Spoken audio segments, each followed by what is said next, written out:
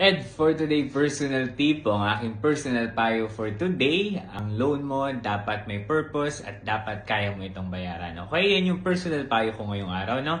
Dahil nga karamihan sa atin dito, or marami sa atin dito, kabilang ako, syempre, no, naglo-loan tayo ng mga bagay-bagay dahil nga meron tayong paggagamitan. Unang payo ko, syempre, dapat ang loan mo ay dapat may purpose.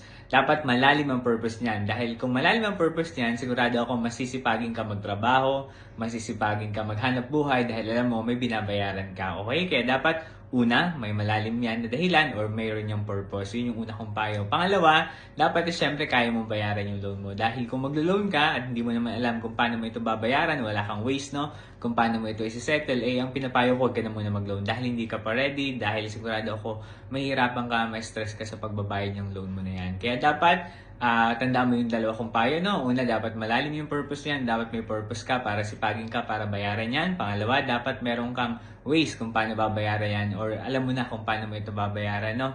Dapat alam mo. Kasi kung hindi mo alam, naku, sigurado ako, huwag ka na muna mag-loan dahil hindi ka pa sigurado, okay? Yan yung personal payo ko ngayong araw. Kung nagustuhan mo, baka pwede mo pakilike ng video na to. Pwede mo nang palang i-like and share, no? At kung hindi ka pa follow ng FB page ko na Ed for Today, baka pwede mo paki-follow. Pwede mo rin pala ako i-follow sa TikTok at i-subscribe sa YouTube. Yun lamang. Salamat!